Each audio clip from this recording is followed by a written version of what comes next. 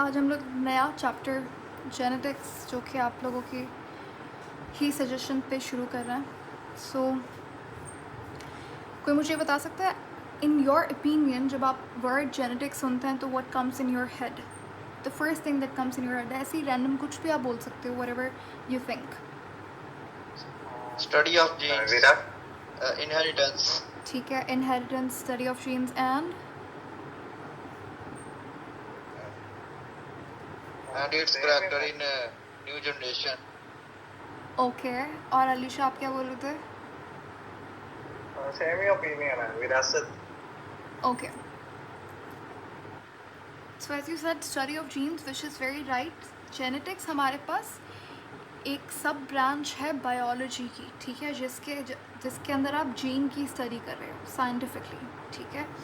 तो यहाँ पे इसको हम सिंपल लिख सकते हैं कि it is the scientific study of gene, या फिर सिंपल बोल सकते हो आप study of gene is genetics, genes, inheritance, ठीक है। अब यहाँ पे क्वेश्चन है कि मैम जीन क्या है, व्हाट इज़ जीन?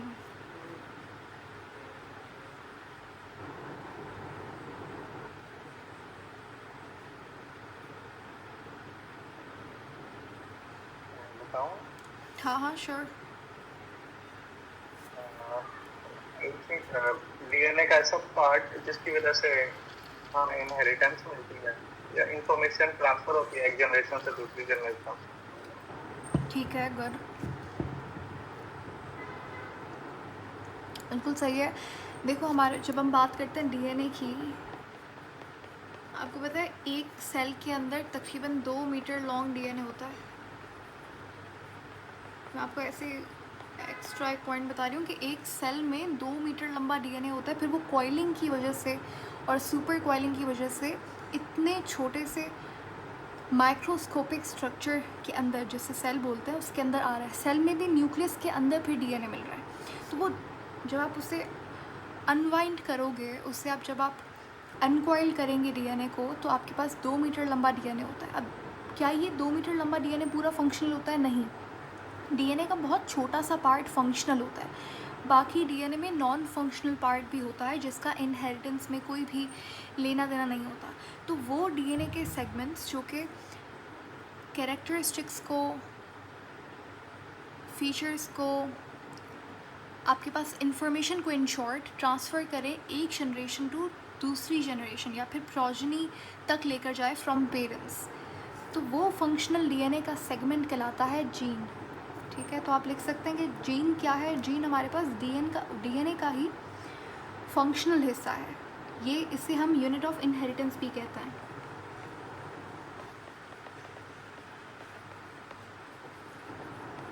इसे आप यूनिट ऑफ इनहेरिटेंस कह सकते हो, जिसका काम होता है, जिसका फंक्शन मेन क्या है, जिसका फंक्शन है कि ये पेरेंट्स से इंफॉर्मेशन कैरी करता है किसके पास? ऑफस्प्रिंग, ठीक है, जिसको आप प्रोजेनी भी बोल सकते हो, सही है। अभी इसके अंदर हमारे पास दूसरे कुछ और टर्म्स हैं। जब आप जेनेटिक्स पढ़ते हो तो जैसे आपको पता होना चाहिए एलील क्या है। आप मेंडल के लॉ पे बाद में जाता है, पहले ये जो बेसिक टर्म्स है कि कई बार क्या होता है कि हम लोगों को हमारे कॉन्सेप्ट इतने वीक होते हैं कि we are not very clear कि न्यूक्लियोसोम क्या है, क्रोमैटिन क्या है, क्रोमोसोम में डिफरेंस क्या है। अच्छा, फॉर एग्जांपल अगर मैं आपसे एक क्वेश्चन करती हूँ ना, उस बेसिस के ऊपर I will get an idea कि आपके कॉन्सेप्ट्स कितने क्लियर हैं जेनेटिक्स के अंदर। So one by one answer कीजिएगा। हमारे पास आपने मुझे बताना है कि जस्ट अ सेकेंड, ये है ए और ये है बी। ए के अंदर कितने क्रोमोसोम है? How many chromosomes are there A वाली डायग्राम में?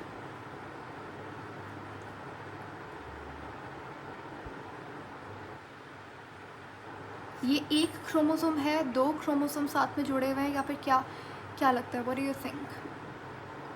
एक ही है। Okay, 1 and next answer. Screen show हो रही है अभी। Okay, let's just wait for a minute, hopefully हो जाए।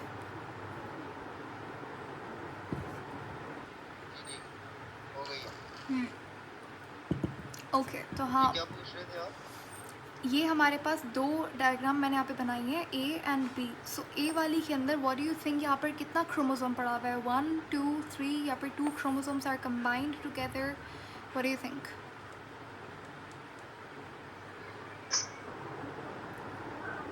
One. Okay, there is only 1 chromosome. ठीक है, बिल्कुल सही। अब बी के अंदर कितना क्रोमोसोम है? क्या ये क्रोमोसोम है या क्रोमैटिन है? चलो बताओ, अगर ये क्रोमोसोम है तो कितना क्रोमोसोम है, या फिर नहीं मैम ये एक ही क्रोमैटिन पड़ा हुआ है? एक क्रोमेटिड है ये। ओके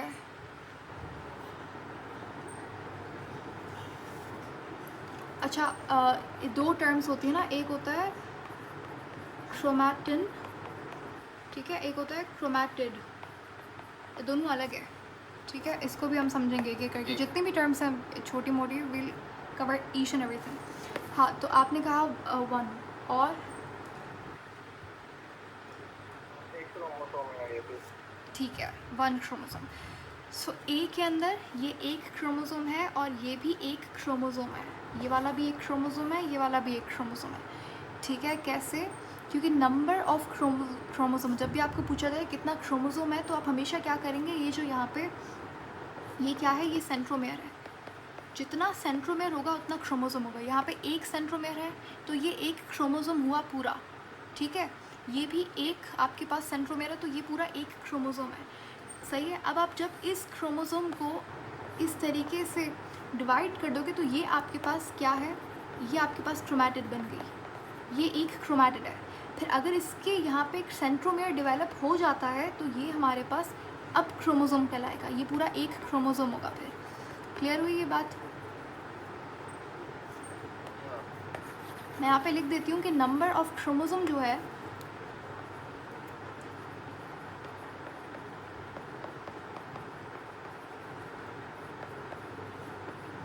वो किस पे डिपेंड करता है? Number of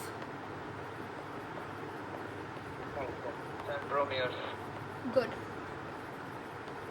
centromere. अब क्योंकि हम लोग जेनेटिक्स की बात करें तो जीन की बात आ गई, और जीन किसका पार्ट है? डीएनए का। तो हम लोग बहुत ही बेसिक से स्क्रैच ज़ीरो से स्टार्ट करते हैं। अगर हम बात करें डीएनए की, तो डीएनए हमारे पास मोनोमर है या फिर पॉलीमर?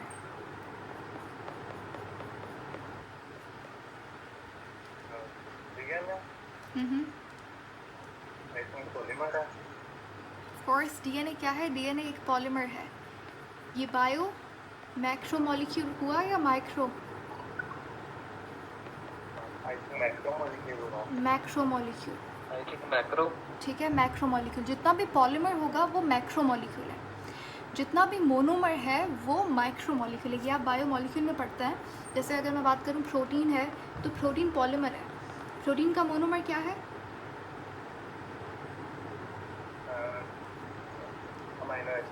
अमाइनो एसिड, ठीक है। अमाइनो एसिड के दरमियान में पेप्टाइड बॉन्ड होता है और आपके पास जो चेन बनती है अमाइनो एसिड की, वो प्रोटीन कहलाती है। इसी तरीके से हमारे पास कार्बोहाइड्रेट है, तो कार्बोहाइड्रेट का मोनोमर क्या है?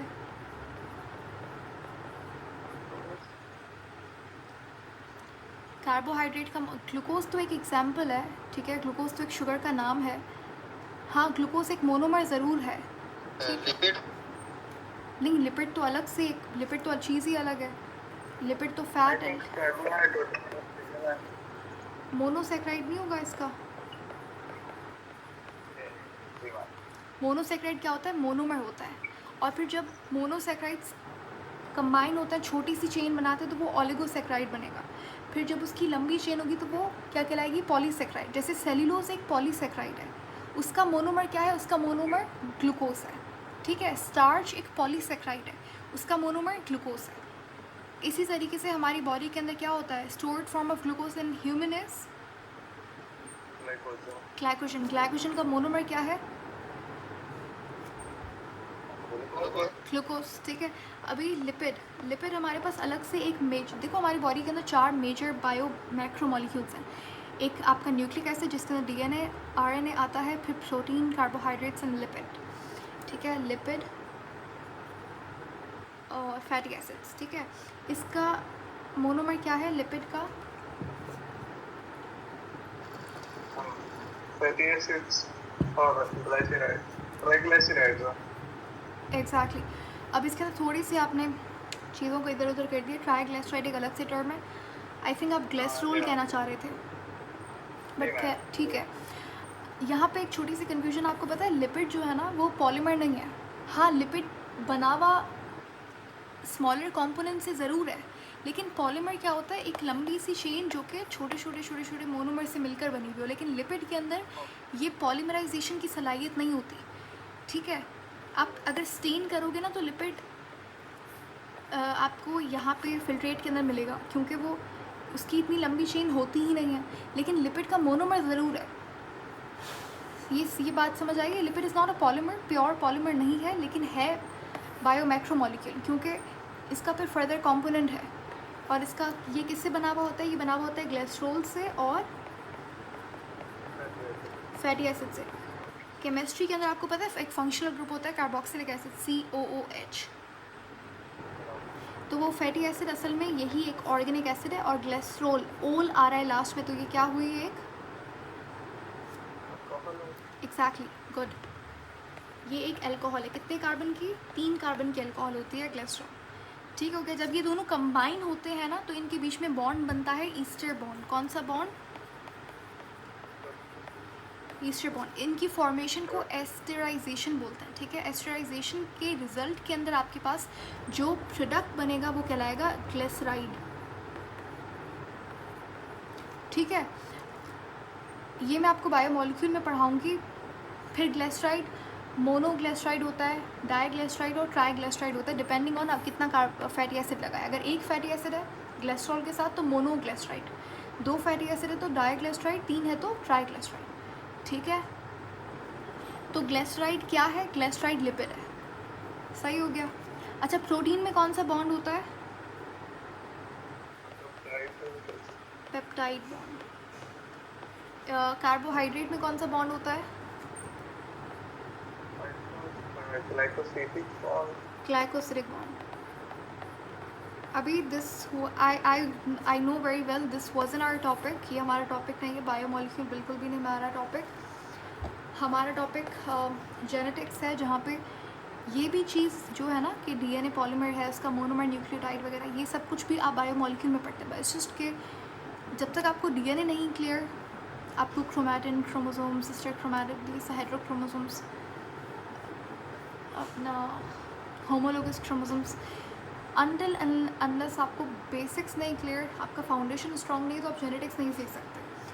So the only reason I am talking about this here इसके आपका फाउंडेशन थोड़ा सा क्लियर हो जाए। सो अभी हम लोग आएंगे DNA के ऊपर। जब हम तो ये हमने 3 यहाँ पे मेजर मैक्रोमोलिक्यूल्स को डिस्कस किया। चौथा वाला न्यूक्लिक एसिड है। न्यूक्लिक एसिड के अंदर आपके पास DNA और RNA आता है, ठीक है।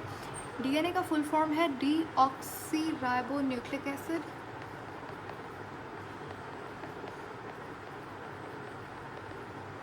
तो आपको नाम से पता लग रहा है कि चलो ये हमारे पास क्या है, न्यूक्लिक एसिड है। और ये क्या है, ये हमारे पास एक पॉलीमर है। अगर आप प्रोटीन को उठाकर देखो ना, प्रोटीन हमारे पास पॉलीमर तो है, लेकिन कैसा, होमोपॉलीमर है, क्योंकि अमाइनो एसिड आपके पास इस तरीके से कंबाइन हो रहा है और एक होमोपॉलीमर बन रहा है। होमोपॉलीमर बोलते हैं जब एक ही तरीके का मोनोमर कंबाइन हो। मेरा सवाल आपसे ये है कि DNA एक हेट्रोपॉलीमर है या होमोपॉलीमर है? हेट्रोपॉलीमर है। क्यों? काफी सारी चीज़ों से मिलकर ये बनता है, जैसे शुगर भी होती है और उसके बाद फॉस्फेट बैकबोन होती है। एग्जैक्टली। और फिर इसके अंदर जो मेन चीज़ है ना आपके पास नाइट्रोजनस बेस, तो वो हर न्यूक्लियोटाइड के अंदर अलग अलग बेस होती है। इस वजह से ये एक हेट्रोपॉलीमर है। क्योंकि ये पॉलीमर है तो इसका मोनोमर क्या भी होना चाहिए। तो इसके मोनोमर का नाम क्या है?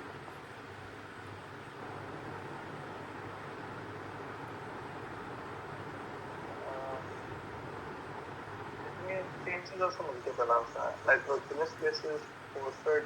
एग्जैक्टली, बिल्कुल सही। आप कंपोजिशन की बात करें तो ये किसकी कंपोजिशन है? न्यूक्लियोटाइड की। सही है।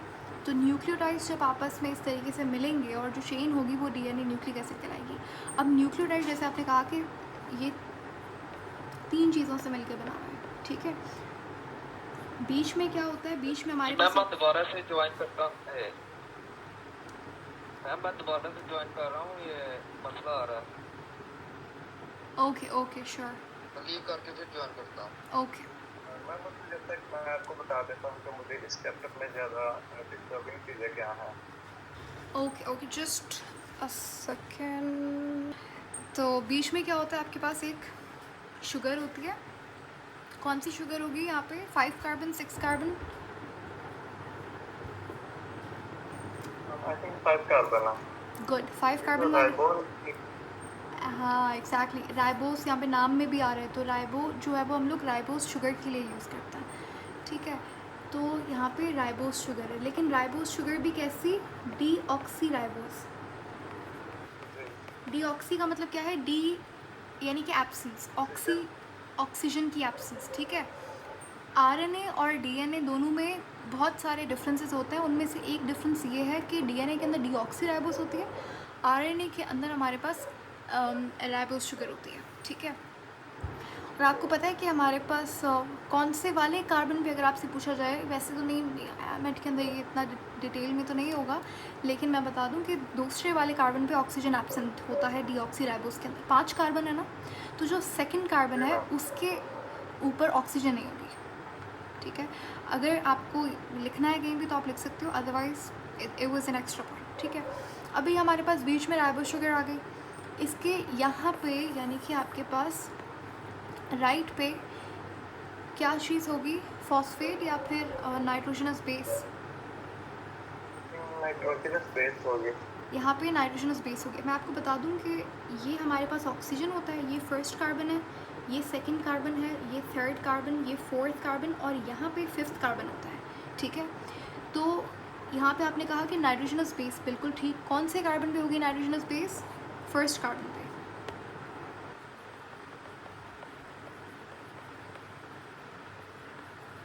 सही है। और अब फॉस्फेट कौन से कार्बन पे होता है, 5th पे यहाँ पे होगा आपके पास फॉस्फेट। अब आपने यहाँ पे 2-3 चीज़ें याद रखनी है कि ये आपके पास जो नाइट्रोजनस बेस है ये कितने टाइप की होती है, 2 टाइप की। कौन कौन सी,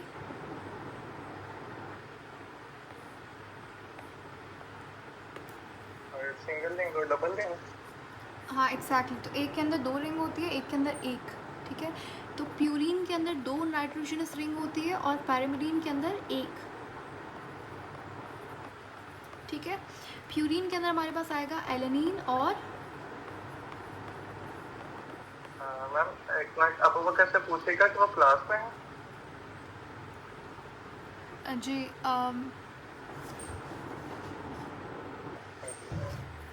सो या वी वर टॉकिंग अबाउट, हमारे पास नाइट्रोजनस बेस 2 होती है, प्यूरिन एंड पैरामिडीन। प्यूरिन के अंदर एलेनिन ग्वानिन आ गया और पैरामिडीन के अंदर साइटोसिन एंड थायमीन। पहले हम थायमीन लिख लेते हैं,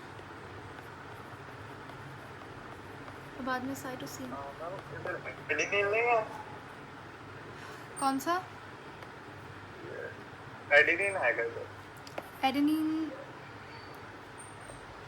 तो मैंने alanine, oh my God I am so sorry, यहाँ पे एडेनिन होगा या एग्जैक्टली। एलेनिन कहाँ से आ गया, एडेनिन, या इट्स जस्ट टाइपो था वो। और ग्वानिन, या थैंक यू, ठीक है। हाँ तो समझ आ गया, यहाँ तक कोई क्वेश्चन है?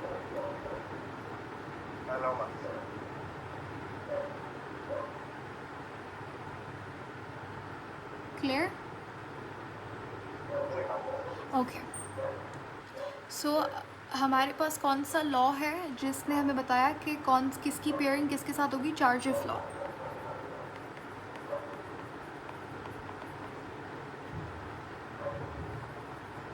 ये हमें कहता है कि एडेनिन हमेशा पेयर होगा किसके साथ, थायमीन के साथ, और ग्वानिन हमेशा पेयर होगा साइटोसिन के साथ। ये जो मैं आपको चीज़ बता रही हूँ अगर आपको लग रहा है कि ये नहीं पूछेंगे या फिर कुछ भी, तो I am going to show you a question. ठीक है, 2023 में उन्होंने बहुत ही अच्छा ज़बरदस्त सा क्वेश्चन दिया था, बहुत ही कॉन्सेप्चुअल सवाल था, और वहाँ पे इसी कॉन्सेप्ट से ही क्वेश्चन था, और वो इतना मीडियोकर सवाल नहीं था, it was a pretty good question. मैं आपको दिखाती हूँ भी थोड़ी देर में, बट यहाँ पे whatever I am telling you right now, ये सब बहुत ही इंपॉर्टेंट चीज़ है जो आपको समझना लाजमी है यहाँ पे। तो अकॉर्डिंग टू चार्जफ लॉ, एडेनिन हमेशा पेयर होता है किसके साथ? थाइमीन के साथ, ग्वानिन साइटोसिन के साथ। तो इसमें आपको 2-3 बातें समझनी है। पहली बात, जितना प्यूरिन होगा उतना ही पैरामिडीन होगा। फॉर एग्जांपल आपके पास अगर 50% प्यूरिन है तो 50% पैरामिडीन होगा। क्यों? क्योंकि जितना एडेनिन है वो पेयर हो रहा है थाइमीन के साथ, सही है। तो अगर मेरे पास 30 एडेनिन है तो उसमें 30 थाइमीन होगा, ठीक है। तो ये आपने हमेशा चीज़ याद रखनी है। अच्छा, उसके बाद रिमेंबर दिस बहुत अच्छे से, ये भी उन्होंने उसी सवाल में ये चीज़ पूछी हुई थी, बहुत ही इनडायरेक्ट तरीके से। वो एनीवेज, तो एडेनिन और थाइमीन, इन दोनों बेसिस के दरमियान में, यानी कि प्यूरिन और पैरामिडीन की जब पेयरिंग होती है ना, इनको हम लोग कॉम्प्लीमेंट्री बेस पेयरिंग कहते हैं। तो खैर, हमेशा इनके दरमियान में कौन सा बॉन्ड बनता है? Hydrogen bond. एडेनिन और थाइमीन के दरमियान में 2 हाइड्रोजन बॉन्ड बनते हैं, और ग्वानिन साइटोसिन के दरमियान में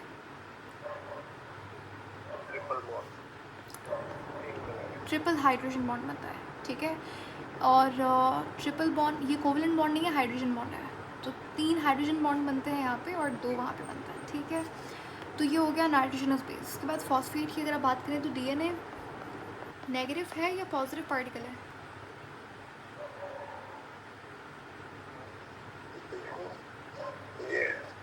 कंफर्म नहीं है मुझे, आई थिंक नेगेटिव है।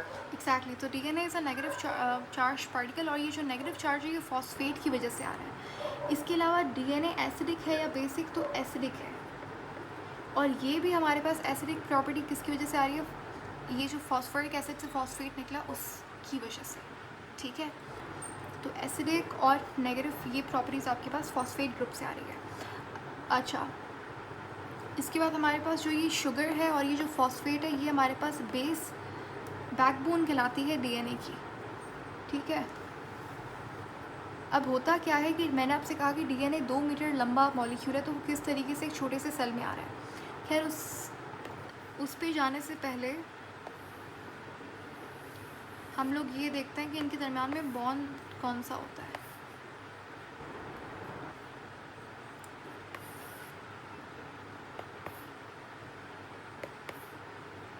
यानी कि डीएनए ये एक न्यूक्लियोटाइड है, ठीक है। This is 1 nucleotide. ये मैंने एक न्यूक्लियोटाइड बनाया, ये दूसरा न्यूक्लियोटाइड है, ये तीसरा न्यूक्लियोटाइड है, ठीक है। अभी अगर मैं आपसे पूछूं कि ये वाला बॉन्ड कौन सा है, ये बॉन्ड कौन सा है बॉन्ड है?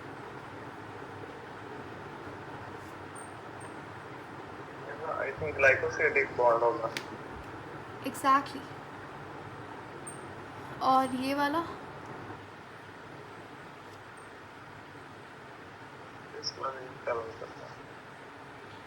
ओके। अब यहाँ पे 2-3 चीज़ें हैं। एक बॉन्ड आपको ये मिलेगा, ठीक है। ये मैं न्यूक्लियोटाइड के अंदर के बॉन्ड्स की बात कर रही हूँ, ठीक है। एक बॉन्ड आपको यहाँ पे ये मिल रहा है, एक बॉन्ड आपको न्यूक्लियोटाइड के दरमियान में भी तो कोई ना कोई बॉन्ड होगा, सही है। तो यहाँ पे आपके पास ये जो बॉन्ड है जो कि शुगर और नाइट्रोजनस बेस के दरमियान में है, ये आपके पास है ग्लाइकोसिडिक बॉन्ड, क्योंकि शुगर है ना, इसलिए ग्लाइकोसिडिक बॉन्ड आया। हमने कार्बोहाइड्रेट के अंदर जो पढ़ा था। उसके बाद ये जो यहाँ पे आपको बॉन्ड दिख रहा है, ये ईस्टर बॉन्ड है, फॉस्फो ईस्टर बॉन्ड, सही है, फॉस्फो ईस्टर बॉन्ड। अब ये जब न्यूक्लियोटाइड आपस में कंबाइन होंगे, ठीक है, ये जब आपस में जुड़ेंगे तो ये कहाँ से जुड़ेंगे? ये जो फॉस्फेट है ना दूसरे न्यूक्लियोटाइड का, ये तीसरे कार्बन से कंबाइन होगा। यहाँ पे इस तरीके से बॉन्डिंग हो रही है, ठीक है। और ये बॉन्ड भी कौन सा है? ये बॉन्ड भी आपके पास फॉस्फो ईस्टर बॉन्ड है। तो इसीलिए जब आपसे कोई पूछे कि डीएनए के अंदर कौन सा बॉन्ड है, तो कितने टोटल फॉस्फो ईस्टर बॉन्ड होंगे? 2। तो हम लोग कहते हैं कि डीएनए के अंदर है फॉस्फो डाई ईस्टर बॉन्ड। ये बात समझ आई है? जी मैम। ठीक है, अब ये तो हमारे पास हमने डीएनए पढ़ लिया, हमें समझ आ गया कि डीएनए का स्ट्रक्चर वगैरह क्या है। डीएनए हमारे पास है कैसा, एक double standard model, double standard structure. और ये डबल स्टैंडर्ड स्ट्रक्चर हमारे पास किसने दिया था ये मॉडल? इसमें नाम मेरे जहन से निकल गया, दो बंदों ने शायद दिया। एग्जैक्टली, नाम मेरे जहन से निकल गया। ये हमारे पास दिया था वॉटसन एंड, हाँ जी, ठीक है। तो वॉटसन एंड क्रिक ने हमारे पास ये डबल हेलिक्स मॉडल दिया था। खैर यहाँ पे बहुत सारे साइंटिस्ट हैं जो इम्पोर्टेंट हैं, उनके बारे में आप वैसे तो साइंटिस्ट के बारे में इतने क्वेश्चंस आपको नहीं मिलते, पर इस थोड़े से दो तीन जो मेन हैं उनके बारे में तो आपको पता होना चाहिए। वेल, अब ये जो डीएनए का मॉलिक्यूल है इसकी होगी अब क्या, पैकेजिंग। पैकेजिंग के लिए हम लोग क्या करते हैं, सबसे पहले ये जो डीएनए है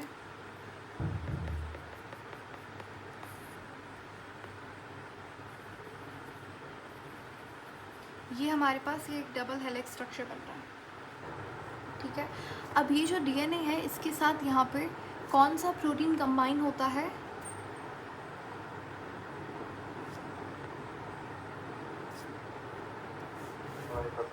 देखें डीएनए हमारे पास एसिडिक मॉलिक्यूल था, तो यहाँ पे हम आपके पास बेसिक अमाइनो एसिड्स का यूज़ किया जाएगा, ठीक है।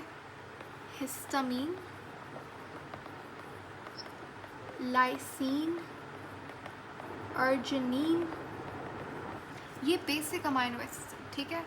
जब ये मिलेंगे डीएनए के साथ तो आपके पास क्या बनेगा, एक इस तरीके से डीएनए के साथ आपके पास ये जब बेसिस ये अमाइनो एसिड्स मिलेंगे, ये प्रोटीन मिलेगा, तो आपके पास एक ऑक्टेमर बनेगा, 8 यूनिट वाला। Octamer is for 8 unit. अब ये जो स्ट्रक्चर आपके पास बना है ना, ठीक है, ये स्ट्रक्चर कि जब डीएनए और हिस्टामीन मिलेगा, जब ये कंबाइन होगा तो आपके पास ये जो बना है, इसे ये स्ट्रक्चर क्या कहलाएगा, ये जो बॉल बना है ये इसे हम कहेंगे न्यूक्लियोसोम।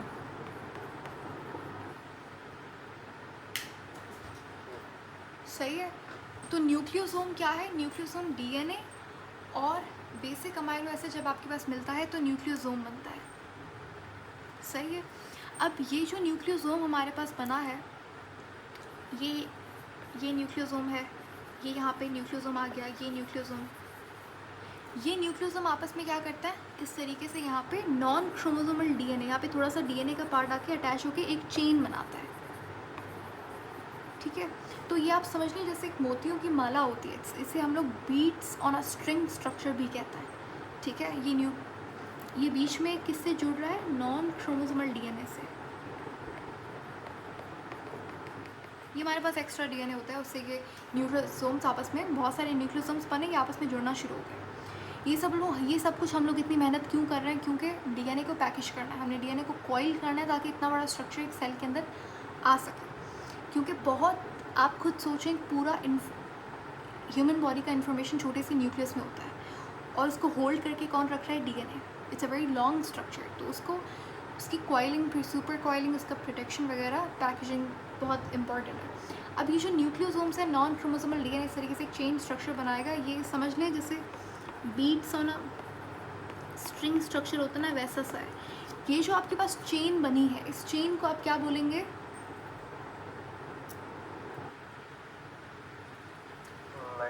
आपने क्रोमैटिन का नाम सुना है? जी मैम, क्रोमैटिन। क्रोमैटिन यही है। क्रोमैटिन क्या है, the chain of nucleosome is chromatin, सही है। तो ये क्रोमैटिन है। हम लोग जो पढ़ता है ना कि ये क्रोमोसोम है, ये जो आप देख रहे हैं एक इसका साइड, तो इसे आप कहते हैं क्रोमैटिड, ये क्रोमैटिड है, ठीक है, ये क्रोमैटिन है। तो इन दोनों में कंफ्यूज नहीं होना आप, ठीक है। अब क्या होता है कि आपका ये जो क्रोमैटिन है, ये आपका सेल है, ये न्यूक्लियस है। अब ये इस तरीके से, ये चेन कुछ इस तरीके से आपको दिखती है क्रोमैटिन की, ये क्रोमैटिन है। ये आपके पास डीएनए रेडी हो गया, अब ये न्यूक्लियस में पड़ा हुआ है। अब जब इस सेल को सेल डिवीज़न करनी है, माइटोसिस, मेयोसिस करना है, ठीक है। तो ड्यूरिंग प्रोफेज ये क्रोमैटिन क्या करता है, कंडेंस हो जाता है। जब ये कंडेंस होता है तो ये बना लेता है क्या, क्रोमोसोम। तो ये स्टोरी थी आपके पास डीएनए टू क्रोमोसोम बनने की। पहले क्या हुआ, डीएनए बनाएगा न्यूक्लियोसोम, फिर उसकी चेन बनेगी, उसको आप क्रोमैटिन बोलेंगे। Chromatin during cell division condense होगा तो वो बना लेगा क्रोमोसोम। सही है। अब यहाँ पे ये बेसिक्स था डीएनए का स्ट्रक्चर वगैरह। अब हम दोबारा से हमारा जो टॉपिक है जेनेटिक्स उस पर आता है। हमने 2-3 टर्म्स देखी कि जीन क्या है, जो वो आपको समझ आ गया। उसके बाद आपने सुना होगा एलील के बारे में। What is allele, what do you think?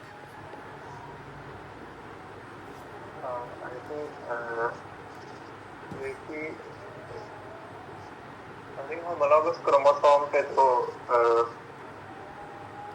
एक पेयर में जो 2 क्रोमोसोम्स होते हैं वो अलील होते हैं। ओके, अब समझता है कि अलील क्या है। मैं आपको एक्सप्लेन करूँगी तो आप फिर अपने आप को खुद ही जज कीजिएगा कि वर यू राइट और नॉट। ठीक है। एलील की डेफिनेशन सबने बहुत अच्छी से रटी हुई होती है। वो ये होती है, ऑल्टरनेटिव फॉर्म ऑफ जीन। है क्या वो नहीं पता होता, मतलब कॉन्सेप्ट क्या है असल में, है अलील है क्या, मतलब सो हमें वो समझना है कि अलील आपके पास क्या है। देखें, ऑल्टरनेटिव फॉर्म का वैसे मतलब होता है कि हमारे पास एक जीन है, उसकी जो वैरायटी है वो एलील कहलाती है। होता क्या है कि आपके पास एक होता है कैरेक्टर। कैरेक्टर क्या है, कोई भी पर्टिकुलर फीचर आपने पकड़ लिया उससे आप कैरेक्टर कहते हो। फॉर एग्जांपल हाइट है, कलर है, स्किन कलर हो गया। ठीक है। ये हमारे पास क्या है, ये कैरेक्टर्स हैं। सही है। अब एक कैरेक्टर का, एक पर्टिकुलर जेनेटिक कैरेक्टर का जितना भी जीन होगा जो एक कैरेक्टर को कंट्रोल कर रहा है उसे आप एलील कहते हैं। What I mean here is, okay, let me explain. I know मैंने बहुत अच्छे से अभी इसको क्लियर नहीं किया। I'll break it down. देखें, अगर आप मुझसे पूछें कि अलील क्या है तो अलील कुछ भी नहीं है, अलील जीन ही है। अलील इज़ अ जीन।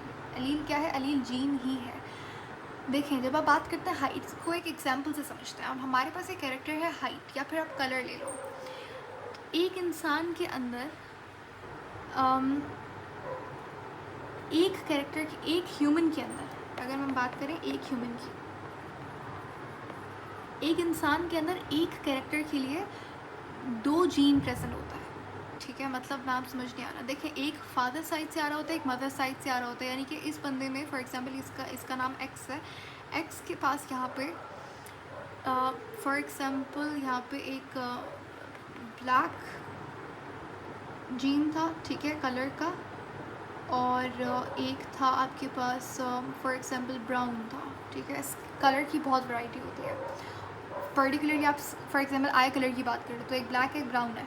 तो जो आपके पास डोमिनेंट होगा वही एक्सप्रेस करेगा, और इस बंदे की आंखें उसी कलर की होंगी। ठीक है, इतनी बात समझ आती है। अब यहाँ पे ये जो आप वैरायटी देख रहे हो ना, 2 अलग अलग कलर की वैरायटी जो आप देख रहे हो, ब्लैक है फिर ब्राउन है, तो ये एक फादर से आएगा, एक मदर से आएगा। ठीक है, ये ब्राउन का जीन है और ये ब्लैक का जीन है। ये दोनों जीन्स आपस में एक दूसरे के एलील्स हैं। ठीक है, तो एक कैरेक्टर के लिए जो आप वैरायटी देखते हो, एक जेनेटिक कैरेक्टर की, सेम कैरेक्टर की जो आप वैरायटी देखते हो, वो जो जीन्स हैं वो आपस में एलील होते हैं एक दूसरे के। ये तो मैंने एक ह्यूमन की बात की। अब मैं यहाँ पे बहुत सारे ह्यूमन की बात करूँ, जिसको आप क्या बोलोगे, पॉपुलेशन। सही है।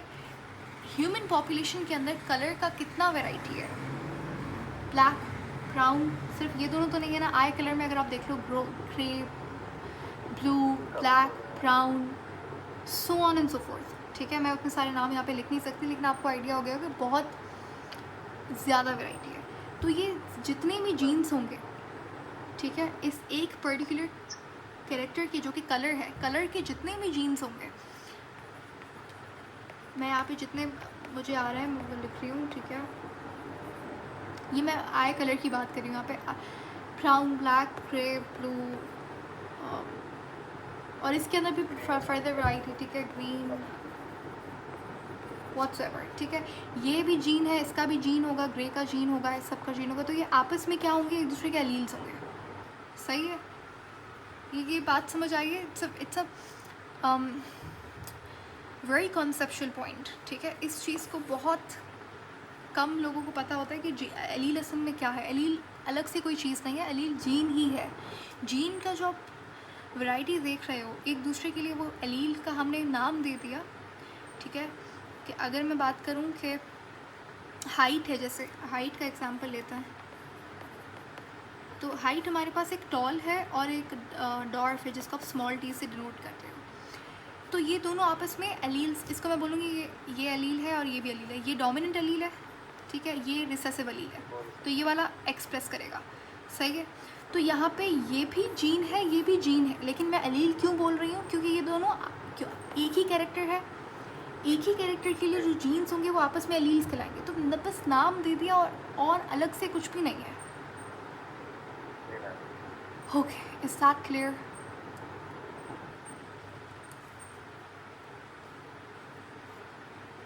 ठीक है, तो ये दोनों आपस में क्या है, they both are alleles to each other. ये समझ आ गई। अब हमारे पास एलील्स दो तरीके के होते हैं। एक हमारे पास क्या होता है,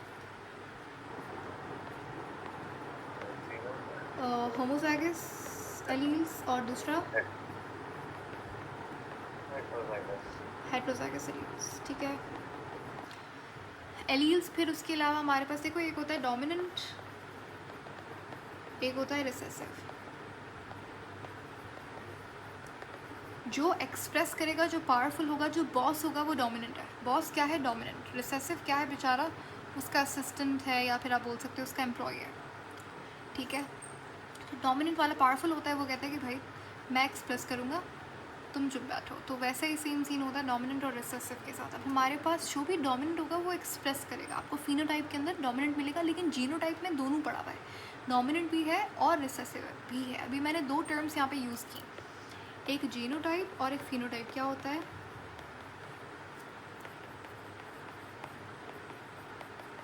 जीनोटाइप क्या है, जो उसका जेनेटिक मेकअप है, एग्जैक्टली जो उसके डीएनए पे जो जीन्स मौजूद हैं वो उसका जीनोटाइप है। जैसे हाइट का अगर मैं बात करूँ, फॉर एग्जांपल, जैसे मैंने कहा कि एक ह्यूमन के अंदर हर कैरेक्टर का दो जीन है, दो एलील है।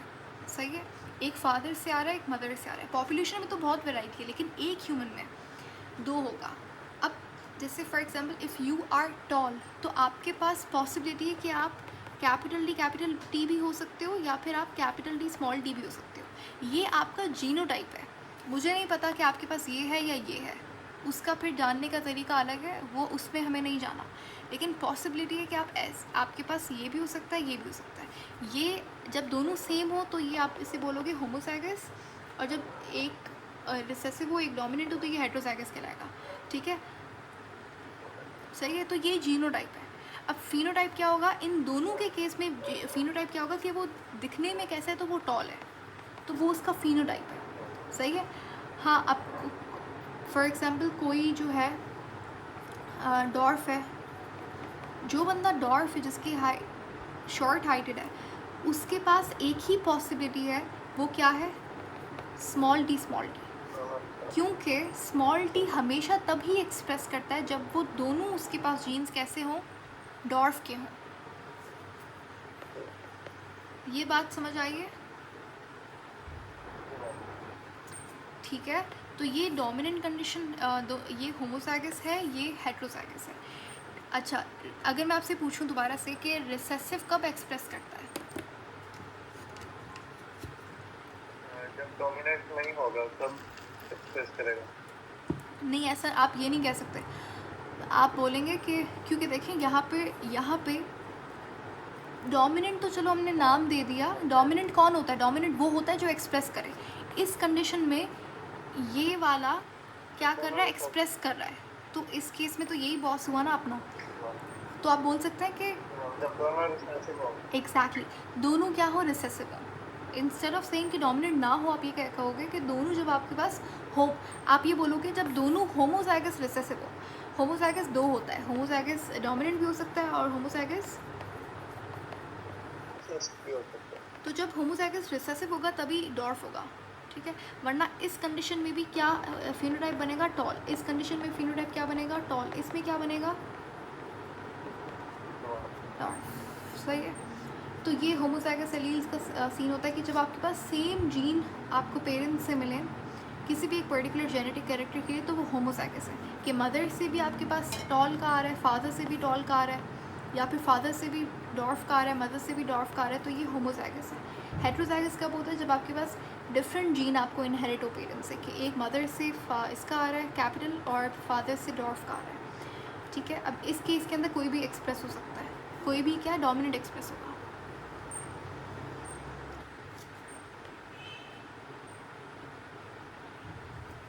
ओके अब यहाँ पे जेनेटिक्स के अंदर आप फादर ऑफ जेनेटिक्स किसे कहते हैं,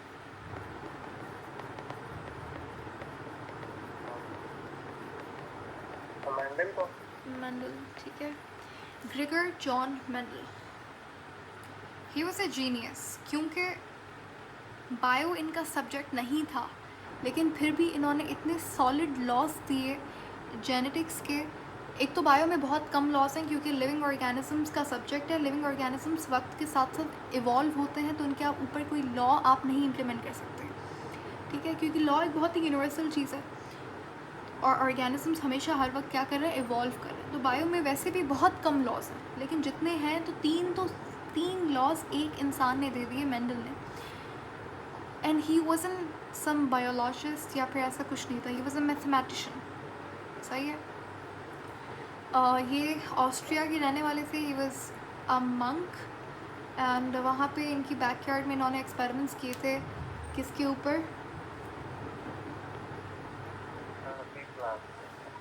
एग्जैक्टली। तो ये ऑस्ट्रियन प्रीस्ट थे, मंक थे, इन्होंने पी प्लांट, जिसका और कौन सा पी की बहुत सारी वैरायटी होती है, तो इन्होंने कौन सा पी लिया था, गार्डन पी। सही है। और इसका क्या बोलते हैं, I am sorry what is that, biological name क्या होता है पी प्लांट का, पाइजम सैटिवा। Exactly, good.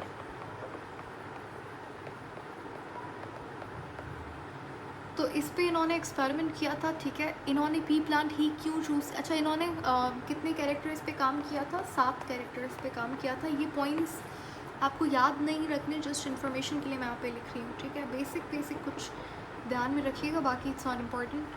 कुछ इन्होंने 7 कैरेक्टर्स के ऊपर फोकस किया था। इन्होंने पी प्लांट ही क्यों लिया, क्योंकि पी प्लांट के 2-3 रीजंस हैं। पी प्लांट को कल्टिवेट करना बहुत आसान है, दूसरा